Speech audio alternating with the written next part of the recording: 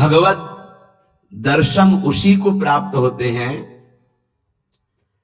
जिसकी भगवत दर्शन की प्रबल उत्कंठा के लिए 4 बातें जीवन में आ जाएं। पहला, नित्य निरंतर नाम जप रसिकों के संग से। शर्त है रसिकों के संग, भजन न होई संग बिन। हे मनमानी नहीं होता, रसिकों के संग से भजन की वृत्ति। प्रमाणित भजन होना चाहिए, आचार्य परंपरा, गुरु परंपरा से।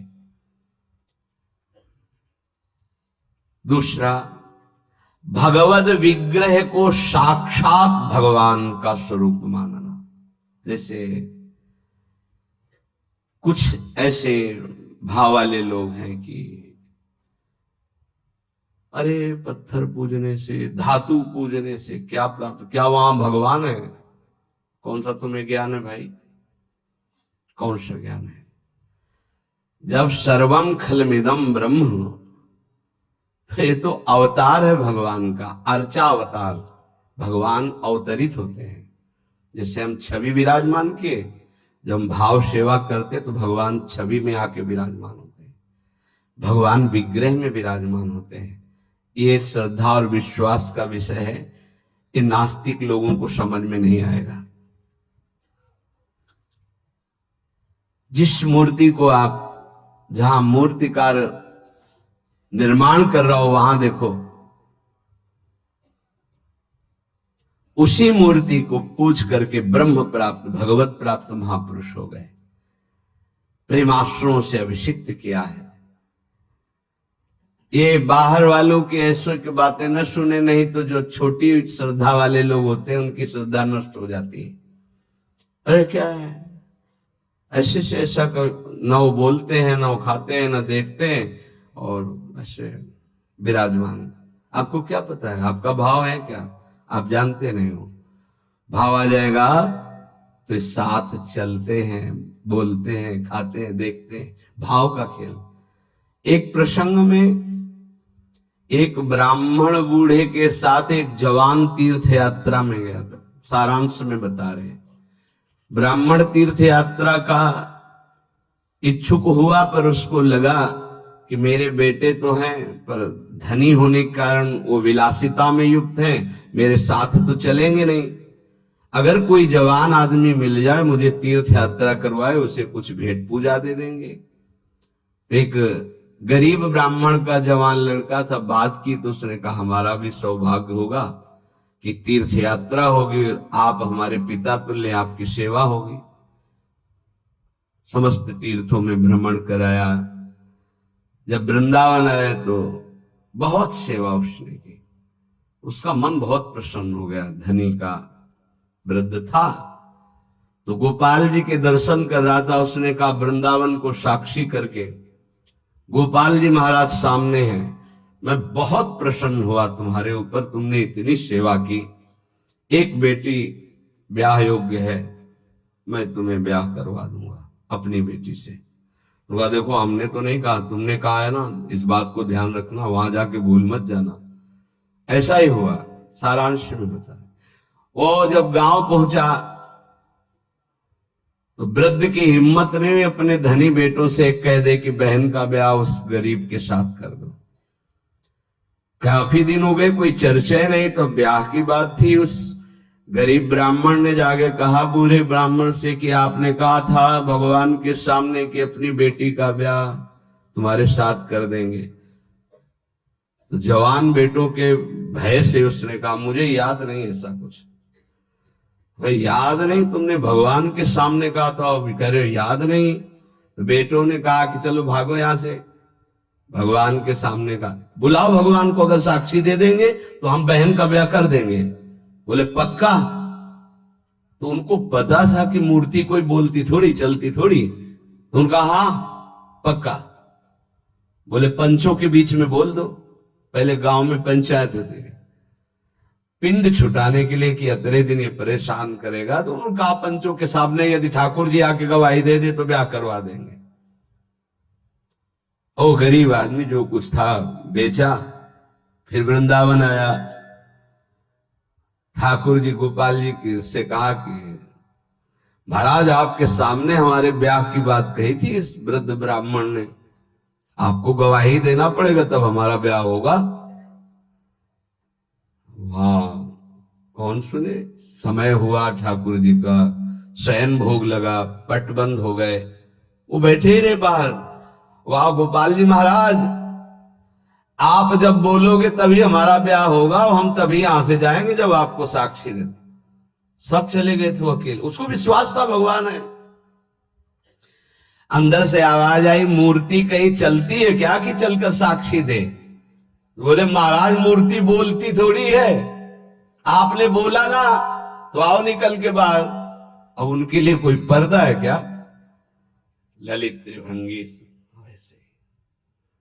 बोले देखो यार, अब तुम्हारे प्रेम के कारण हम बाहर तो निकल आए, तुम उसको यहीं बुला दो, हम यहीं साक्षी। बोले महाराज वो नहीं आएगा, हमारा ब्याह रुक जाएगा, आपको चलना पड़ेगा। बोले चल तो देंगे, लेकिन देखो हम वृंदावन के ठाकुर हैं, हमको तो अच्छा अच्छा माखन मिश्री सब। भगवान ने बहानेबाजी। बोले महाराज हमें पता था कि आप भोग राग के लिए कहोगे, तो हमारे पास जो संपत्ति थी बेच के आए, खूब खवाते पियाते चलेंगे महाराज। बोले चलो अच्छा, देखो दृढ़ विश्वास। बोले महाराज हम जानेंगे कैसे कि आप आ रहे हो? बोले मेरे नूपुरों की ध्वनि सुनाई देगी, और देखो लौट कर जहां देख लोगे उससे आगे फिर हम नहीं जाएंगे। ठीक है महाराज, जब भोग लगाने का समय आएगा तो हम बोल देंगे, तब तुम हमारा भोग लगाना, और जब हम चलेंगे तो लौट कर पीछे नहीं देखोगे। ठीक है महाराज। अपने प्रांत पहुंचे, उड़ीसा प्रांत। गांव जब नजदीक रह गया तो सोचा मुड़ के तो देखे, केवल पायले धुनी है, ठाकुर जी भी है। मुड़ के देखा तो श्याम घन साक्षात प्रभु। प्रभु ने कहा देखो तुमने वादा तोड़ दिया, अब हम यहां से नहीं जाएंगे।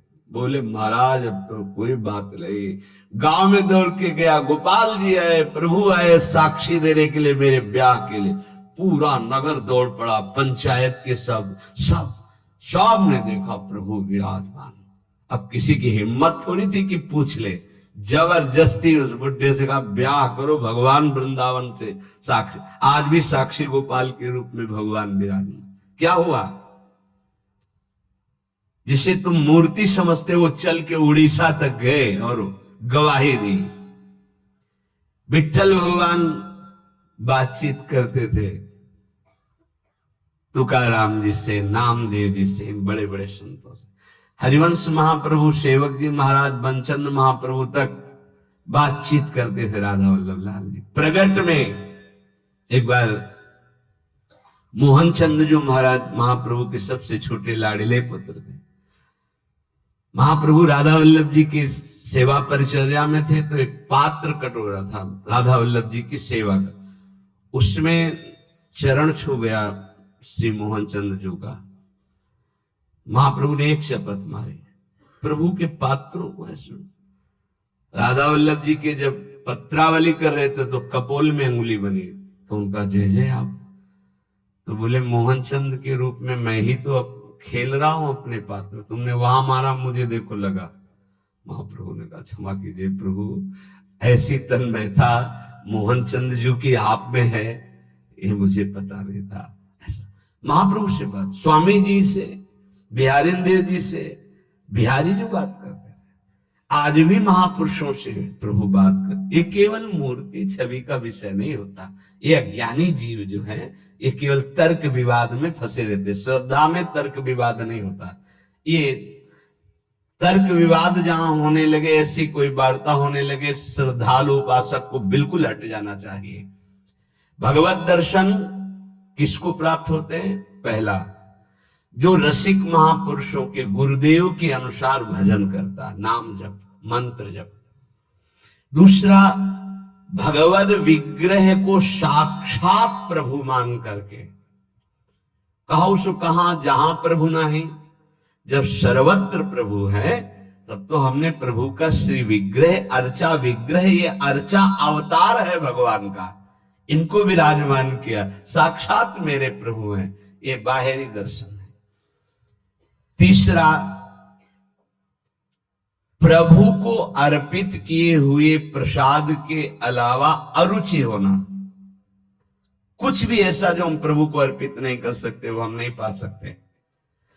प्रभु को अर्पित ना की हुई चाहे अमृत पड़ी हुई वस्तु हमारी बिल्कुल श्रद्धा और रुचि नहीं। हमारे प्रियालाल ने नहीं पाया तो हम उसे चख नहीं सकते। ये भगवत प्राप्ति, भगवत दर्शन के लिए बहुत आवश्यक है। गुरु प्रदत्त भजन में आसक्ति, इष्ट के श्री विग्रह छवि में साक्षात भाव और इष्ट को अर्पित ना किए हुए वस्तु, वस्त्र, पदार्थ, भोगों में पूर्ण अरुचि। कई बार हमने ऐसे संतों को देखा जो अमनिया जैसे पा लीजिए, नहीं अमनिया है ना, हम अपने ठाकुर को भोग लगा के पाएंगे या आप अपनी श्री जी को भोग लगा दीजिए तो पालेंगे, अन्यथा नहीं। अमनिया नहीं, अमनिया माला, पत्र, पुष्प, सुगंधि कुछ भी नहीं। हमारा जीवन प्रसादी हो जाना चाहिए। ये बहुत ध्यान से अपनी दिनचर्या में देखिए कि कभी अमनिया मत पाइए। चौथा, सहनशील। ये बहुत आवश्यक है। बहुत सहनशील उपासक को होना चाहिए। जितना सहोगे उतनी भक्ति प्रकाशित होगी। सहत सहत बाढ़े भगति, गृह तन गुरु हितगार। गुरुदेव को समर्पित जीवन और सहनशीलता, निश्चित भगवत दर्शन। चार बातों से निश्चित भगवत दर्शन हो जाता है। ये बहुत खास बात है जिसको धारण करना बहुत कठिन है, पर गुरु कृपा पात्र बहुत सरल ढंग से इसे निर्वाह कर ले जाता है। क्या? किसी से मतलब नहीं। इस मार्ग के उपासक किसी से मतलब नहीं। पहले तो कहा पीछे वाले में कि जो विषयी पुरुषों का समूह है उनके संग से भयभीत रहे, कभी संग न करे। अब आगे वाले में कहा महान संगा नाम। किसका ये स्वरूप होता है? बोले जो वह तो महताम सी पद रजा, महापुरुषों की चरण रज से जिसका शरीर अभिषिक्त है और माथे पे जिसकी चरण रज विराजमान है, गुरुजनों की, संतों की, रसिकों की, वो महान संगानाम सहज मधुरात्म प्रिय कथा। वो निसंग ही नहीं, महान संगानाम, जागृत स्वप्न सुषुप्ति कभी भी कहीं भी उसका किसी से संबंध नहीं है, शरीर से भी नहीं। क्योंकि महान संगानाम तभी हो सकता है, शरीर से भी नहीं। यह ज्ञानी जीव जानते नहीं। कहते हैं शरीर तो यहां छूट जाता है, फिर गति किसकी होती है? भगवत प्राप्त। शरीर तो एक कपड़ा है, समझते नहीं हो। इसके नीचे एक कपड़ा है, सूक्ष्म शरीर, उसके नीचे एक है कारण शरीर। आप पहनने वाले हो, ये आपके कपड़े हैं। एक छूटता है सिर्फ स्थूल शरीर। सूक्ष्म शरीर और कारण शरीर को लेकर के बार बार जन्म मरण होता रहता है, कपड़े बदलते रहते हैं। और जो जीवन मुक्त हो गया तो तीनों शरीरों का संबंध खत्म और दिव्य चिन्मय चिदानंदमय शरीर को, भाव देह को प्राप्त करके चिन्मय धाम में, चिन्मय लीला में, चिन्मय प्रिया प्रीतम के समीप हो जाता है। वो महान संगानाम। साधक का स्वभाव ऊपरी बड़ा ही रुक्ष होना चाहिए। साधक का रुक्ष, सबको ये लगना चाहिए कि बड़ा बेरुखा आदमी है, बच जाओगे। गोस्वामी जी ने भी लिखा है, गिरा अरथ जल बीच सम, कहियत भिन्न न भिन्न, बंदो सीता राम पद, जिन्हि परम प्रिय खिन्न। खिन्न मानसा, किसी से कोई संबंध नहीं। कोई बात करे तो उदासीन होकर बात करे, उसको रस न मिल पावे। उसको प्रियता समझ में ना पावे। साधक की बात कह रहा हूं, आगे चल के तो सब जीवन सो प्रीति रीति निभात आपनी, वो स्थिति आ जाती है। पर साधक को चाहिए वो अपना बाहरी स्वभाव उदासीन रखे, खिन्न रखे। ये हर समय भौं चढ़ा के बात करते हैं, इनका तो कोई प्रेमवादी से लगना चाहिए। मुस्कुरा करके बात करना, ये आगे चलकर आता है। हंसी बोले बहुमान दे, बहुमान किसको दे रहा? आराध्य देव को। वो हंस किससे रहा? आराध्य देव से। साधक की हर समय स्थिति ऐसी नहीं होती, इसलिए उदासीन रति रही गोसाई। पूज्य श्री गोस्वामी जी महाराज कहते हैं साधक को उदासीन रहना चाहिए, बाहर से गंभीर, हंसी मजाक बातचीत गंभीर। सत्य बात तुम्हें बता दे, स्वीकार करो ना स्वीकार करो, आगे चलते हैं। उदासीनता, गंभीरता, खिन्नता ये साधक के स्वभाव में होनी चाहिए। बहुत मिलनुआ स्वभाव, हंसकर बात करना, ये आगे चलकर, अभी नहीं। उसको दबाओ उस वृत्ति को। बगल से कोई निकल गया, आपको राधे श्याम कहने की स्मृति उससे नहीं आनी चाहिए। कौन निकला आपको पता नहीं। दर्शन कर रहे हैं, कभी कभी ये भी पता नहीं चलता कि प्रभु पोशाक कौन धारण किए। अगर नेत्र में नेत्र मिले तो 1 घंटा दर्शन हुआ तो केवल नेत्रों का ही दर्शन हुआ। पत्रावली कपोल में कैसी बनी ये भी याद नहीं रहा। ऐसी होती एकाग्रता। सत्संग सुनने गए तो सिर्फ वक्ता की मुखाकृति और वचन, आप बैठे आसपास आपके कौन बैठा आपको कोई परिचय नहीं। ऐसी महानिसंगता उपासक को चाहिए। ये कब आती है? जैसे जड़ भरत जी रघुगण को कहा कि महापुरुषों की चरण रज से अभिषिक्त होने पर ही ये ब्रह्मबोध होता है। प्रहलाद जी ने कहा निष्किंचना नाम न वृणीत यावत, जब तक निष्किंचन महापुरुषों की चरण रज नहीं लगेगी तब तक ऐसी निष्ठा नहीं होती जैसी मेरी है।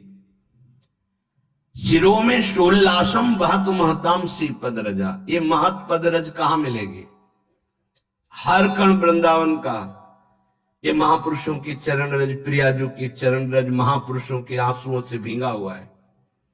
जहां की भी रज मिले उसे अपने धरोहर के रूप में, संपत्ति के रूप में, जैसे बहुत बड़ी क्या धरोहर है ये, प्रिया प्रीतम की संपत्ति, प्रेम संपत्ति प्रदान करने वाली। इसे आप लगाओगे तो आप सुरक्षित हो जाओगे। ये कवच है। कई बार शास्त्रों बारे चर्चा हुई है, पर बड़े भाग्यशाली साधक उपासक उपासिका होंगी जो इस बात को स्वीकार किए हैं कि रोज स्नान के बाद शरीर में रज लगाते हैं। ना करते हो तो फिर सुन लो, तुम्हारे हृदय को ये विकार तब तक जलाएंगे जब तक प्रेम रस के योग्य नहीं हो जाएगा। उस जलन को सहने के लिए ये सद्य वशीकरण चूर्ण मनंत शक्तिम तम राधिका चरण रेणु मनुष्मरामी, ये श्री जी की चरण रज है जो आपको संभालेगी, कवच का काम करेगी। आपके शरीर में चरण रज लगी रहनी चाहिए। बिल्कुल मान लीजिए, अगर ये मान लोगे तो बहुत बड़ी वस्तु आपको प्राप्त होगी। शरीर में वृंदावन की रज लगी है, शरीर छूट जाए तो भगवत प्राप्ति हो जाएगी। मान लीजिए, बहुत बड़ी बात है। धन्य है वो उपासक जो रजोप सेवी है, रज लगाते हैं। एक ब्रजवासी आए, उन्होंने प्रश्न किया कि आपके जुगल उपासना में तो काली बिंदी लगती है, आप क्यों नहीं लगाते हैं? श्री कहते हैं उसे, काली बिंदी और सिंदूर की बिंदी। पूज्य श्री सदगुरुदेव भगवान ने आदेश किया, त्रिपुंड लगाते थे जब शरणागति का, कि हम आचार्य आज्ञा से चलते हैं। आचार्य ने पत्र में लिखा था, वृंदावन रजोप सेवी जोरी सुमिरन बाचनो, वृंदावन नित्य विहार चंदन लेनो। तो रजोप सेवी जोरी है तो रज का तिलक है, और बिहार चंदन जो प्रसादी है वो ये लगा है। बस वो कोई वृंदावन की वस्तु नहीं है जो काली जी की है। ये वृंदावन की रस और वृंदावनेश्वरी का प्रसादी चंदन इसके से। तो ब्रह्मा जी भी आकर कहें तो हमारी समझ में नहीं आएगा, क्योंकि गुरु के वाक्य के आगे किसी का नहीं। वृंदावन रजरानी, वृंदावन वृंदावनेश्वरी, इनमें हमारी अनन्य आसक्ति हो जाए। जो लगाते हैं उनको प्रणाम है, पर हमारी गुरु आज्ञा है। आचार्य हित जो महाराज, वृंदावन रजोप सेवी हरिवंश जोरी सुमिरन बाचनो, वृंदावन नित्य विहार चंदन लेनो, आज्ञा है, उसी का पालन है। अगर महापुरुषों की चरण रज लग रही है तो महानिशंगा नाम मान लीजिए। बार बार इसलिए कह रहे मान लीजिए, आप में सामर्थ्य नहीं कि आप असंग हो सके। महानिशंगा नाम तो बहुत बड़ी बात है, वो कहीं आ सकते नहीं, न स्वभाव में, न सूक्ष्म शरीर में, न स्थूल शरीर में, और न बाहरी व्यवहार में।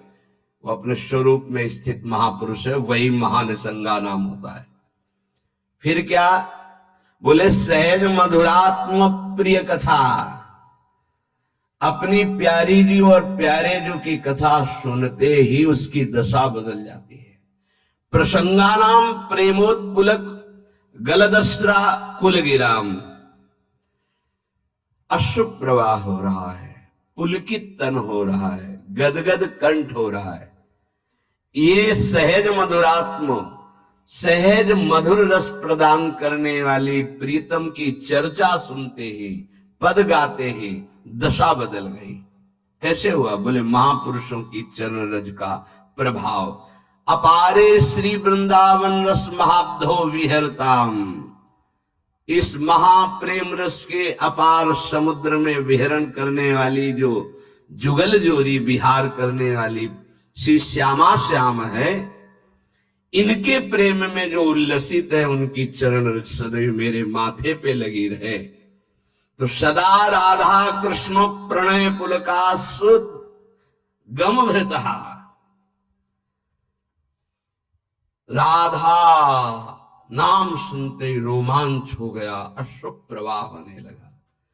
श्यामा श्याम की बात सुनते ही, पद सुनते ही पुलक, पुलकावली, अश्रु बहने लगे और देह कंपायमान होने लगी। ये बड़े भाग्यशाली, इसमें जानबूझकर नाटक न करे, स्वाभाविक आ जाएगा। नाम जप करो, रस सिंधु वृंदावन की रज लगाओ और रहनी से रहो तो स्थिति आ जाएगी। एकांत में चिल्ला चिल्ला के रोने का मन होता है। जैसे डकार आती है ना, तो उसको निकलना ही पड़ेगा। ऐसे रोना आता है स्वाभाविक। क्यों रोना आता है? कुछ चाहिए, कोई दुख, कोई विपत्ति? नहीं, स्वाभाविक वो एक प्रक्रिया है उस प्रेम की। रोना आता है, हल्का हो गया, रोया, थोड़ा शांति मिली। अगर रोएगा नहीं तो रह ही नहीं सकता। उसकी दिनचर्या है रोना, कभी भी कहीं भी भाव आ जाएगा।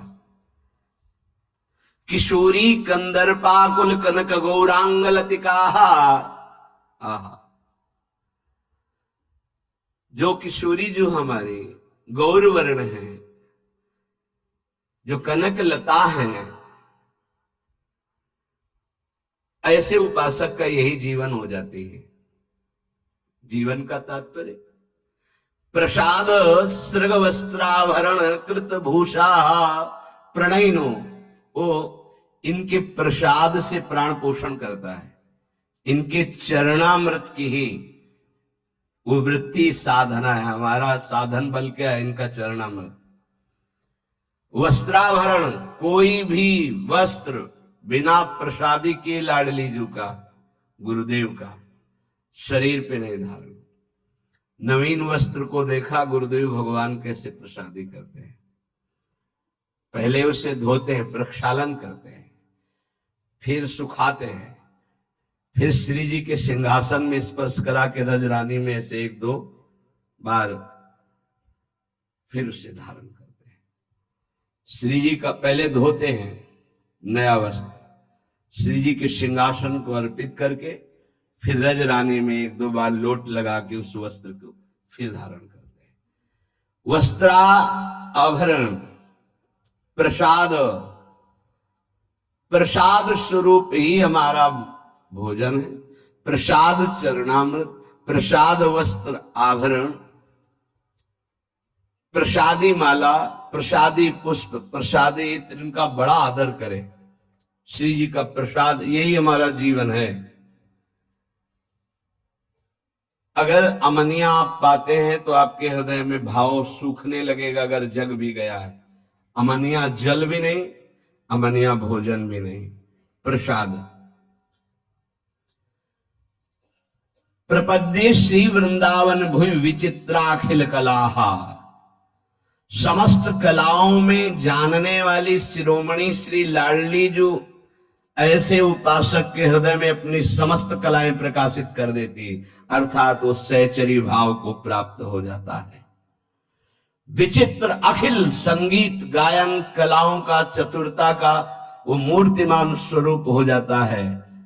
ऐसे में वृंदावन की भूमि में उन प्रेमी जनों का आश्रय लेता हूं जो ऐसे जिनका जीवन हो गया है महानिशंगा नाम, किसी से संपर्क नहीं, और श्री जी के प्रति किशोरी कंदर्पाकुल कनक गौरांग लतिका, जो गौरांगी श्री प्रिया जो है, लाडली जो है, जो श्याम तमाल की कनक बेल की तरह विराजमान है, ऐसी श्री स्वामिनी जी के प्रसादी से ही जिसका जीवन यापन होता है।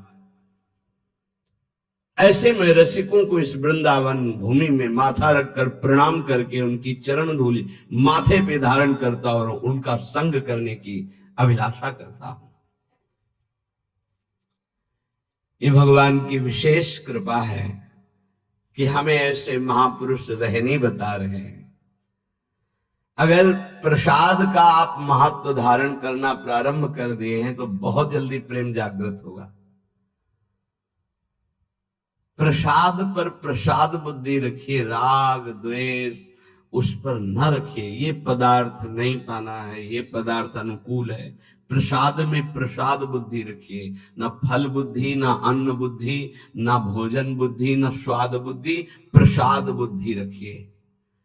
प्रसादी वस्त्र को प्राणों से भी अधिक प्रिय मानिए।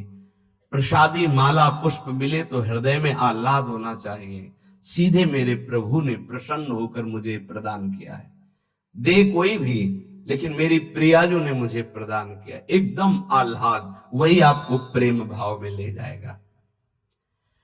प्रसाद में भगवत बुद्धि बहुत ही पवित्र हृदय में होती, नहीं तो प्राय नहीं होते।